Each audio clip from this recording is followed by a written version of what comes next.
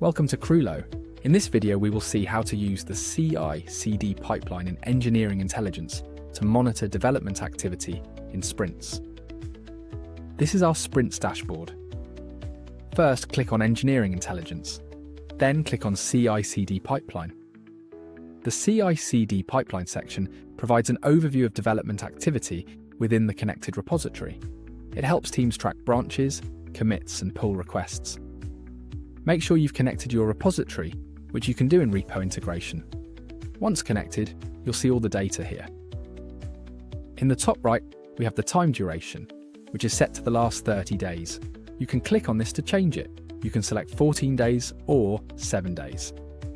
At the top, we have a comprehensive view of branches, commits, and pull requests in the selected repository.